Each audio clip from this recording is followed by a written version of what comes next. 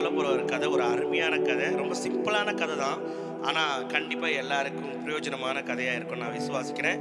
நான் சொல்ல வந்த கதை வேறு, பட் இன்னைக்கு ஏதோ ஒரு ஸ்பெஷலான நாள்னு கேள்விப்பட்டேன்.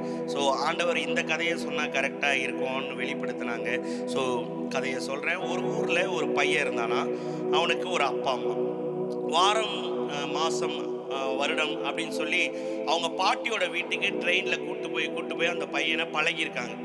ஊருக்கு லீவெல்லாம் எப்போல்லாம் வருதோ அப்போல்லாம் தாத்தா பாட்டி வீட்டுக்கு ட்ரெயினில் கூட்டு போயிட்டு இந்த ஊர் வருது இந்த ஊர் வருதுன்னு ட்ரெயினில் போகும்போதே சொல்லி சொல்லி சொல்லி அந்த பையனுக்கு ஒரு 5 வயசுலேருந்து ஒரு 10 வயசு வரைக்கும் அது பழகிடுச்சு. பழக பழக பழக என்ன ஆயிடுச்சு, அந்த பையனுக்குள்ளே ஒரு தைரியம் வந்துடுச்சு. நான் வந்து தனியாக கூட தாத்தா பாட்டி ஊருக்கு போவேன் அப்படின்னு சொல்லி. ஒரு கட்டத்தில் என்ன ஆச்சுன்னா, ஒரு லீவில் அவங்க அம்மா அப்பாவுக்கு வந்து லீவு கிடைக்கல கூப்பிட்டு போய் விடுறதுக்கு. ஸோ அதனால் இந்த வருஷம் வேண்டாம் அப்படின்னு சொல்கிறாங்க. ஆனால் அந்த பையன் இல்லை, போகிற ரூட் எல்லாமே எனக்கு தெரியும், எப்படி போய் எங்கே இறங்கணும் எல்லாமே எனக்கு தெரியும். அதனால் நீங்கள் என்ன பண்ணுறீங்கன்னா, இந்த தடவை நீங்கள் என்னை தனியாக ட்ரெயினில் ஏற்றி விடுங்க, நான் கரெக்டாக போவேன், கரெக்டாக நான் தாத்தா பாட்டி வீட்டுக்கு போய் சேர்ந்துருவேன் அப்படின்னு சொன்னோன்னே ரொம்ப அடம் பிடிக்கிறதுனால என்ன பண்ணுறதுன்னு அம்மா அப்பாவுக்கு தெரியல. சரிப்பா, நான் உன்னை இந்த தடவை ட்ரெயினில் தனியாக அனுப்புகிறேன், நீ தனியாக தான் போகிறேன்னு சொன்னோன்னே பையனுக்கு ரொம்ப சந்தோஷம். பரவாயில்ல, அம்மா அப்பா நம்மளை பாட்டி வீட்டுக்கு தனியாக அனுப்புகிறாங்கன்னு சொல்லிட்டு அந்த ட்ரெயினுக்கு ரயில்வே ஸ்டேஷனுக்கு ஏற்ற வராங்க. நிறைய அட்வைஸ் பண்ணுறாங்க, இப்படி இருக்கணும் அப்படி இருக்கணும், யாருக்கிட்டையும் பேசக்கூடாது, எதையும் வாங்கி சாப்பிடக்கூடாது சொல்லும்போது பையனுக்கு டென்ஷனே. விடுங்கம்மா, எனக்கு கரெக்டாக போக தெரியுமா, போதும் அட்வைஸ் தான் அப்படின்னு சொல்லி எப்படா ட்ரெயின் கிளம்புன்னு இருந்திருக்கான். ட்ரெயினும் கிளம்பிச்சு, அம்மா அப்பாவும் பாய் சொல்லிட்டு இறங்கிட்டாங்க.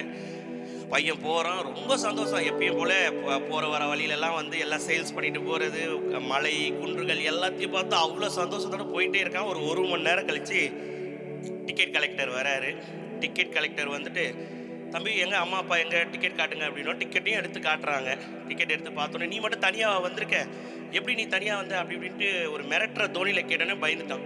அதை பார்த்துட்டு பக்கத்தில் இருக்க பேசஞ்சர்ஸ்லாம் வந்து, நீ தனியாக வந்த, யார் ஒன்று இது பண்ணா, எங்கேருந்து இந்த வீடை விட்டு வந்துட்டி அப்படி இப்படின்னு கேட்க ஒரு பயம். பையனுக்கு என்ன பண்ணுறதுனே தெரியல. அந்த நேரத்தில் ஒரு விஷயம் ஞாபகம் வந்துச்சு. அவங்க அப்பா கீழே இறங்கினார் இல்லையா, அப்போ இறங்கும் போது ஒரு துண்டு பேப்பரை அந்த பையனோட பாக்கெட்டில் வச்சுட்டு, உனக்கு எப்பனாச்சும் பயம் வரும்போது இந்த பேப்பரை எடுத்து நீ படி, உனக்கு பயம் எல்லாம் போயிடும்னு சொல்லிட்டு அந்த பேப்பரை தம்பியோட பாக்கெட்டில் வச்சுட்டு போனாப்லையா சாரி. அது ஞாபகம் வந்துடுச்சு. ஞாபகம் வந்தோடனே உடனே இந்த நேரத்தில் பயம் வந்துடுச்சே சொல்லிட்டு அந்த பாக்கெட்லேருந்து அந்த பேப்பரை எடுத்து பிரித்து பார்க்குறானா, அதில் போட்டுருந்துச்சான், மகனே நீ பயப்படாதே, இதே ட்ரெயினோட கடைசி கம்பார்ட்மெண்ட்டில் தான் நானும் அம்மாவும் இருக்கோம், உனக்கு எப்பனாச்சும் பயம் வந்துச்சுன்னா நீ ஒன்றுமே யோசிக்காத, பின்னாடி ஓடி வந்துடு, அப்பா நான் இருக்கேன் அப்படின்னு சொன்னாங்க.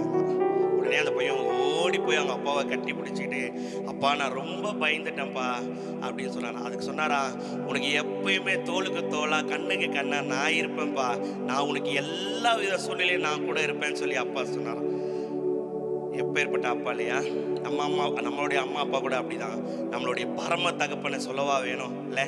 ஸோ இந்த ஒரு விசேஷ நாள், ஹாப்பி ஃப்ரெண்ட்ஷிப் டேன்னு சொல்லி எல்லாரும் அநேகர் சொல்லிக்கிட்டு இருக்காங்க, அநேகர் ஷேர் பண்ணிகிட்டு இருக்கீங்க, ரொம்ப சந்தோஷம். எல்லாருக்கும் இந்த நேரத்தில் சேனல் 360 சார்பாக நண்பர்கள் தின வாழ்த்துக்கள். எந்த ஒரு சூழ்நிலையிலையும் நான் உங்களோட இருக்கேன்னு சொன்ன ஆண்டவருக்கு இந்த நேரத்தில் நாங்கள் எங்களுடைய ஃப்ரெண்ட்ஷிப் டே வாழ்த்துக்களை சொல்லிக்கொண்டு, கண்டிப்பாக எந்த விஷயத்துக்கும் பயப்படாதீங்க, எந்த விஷயத்துக்கு தெரியாதீங்க. நம்மளுடைய பலனான கிறிஸ்து நம்மளோட இருக்கிறதுனால பயன்றது நம்ம பக்கத்தில் கூட வரக்கூடாது. ஆமென். எல்லாரும்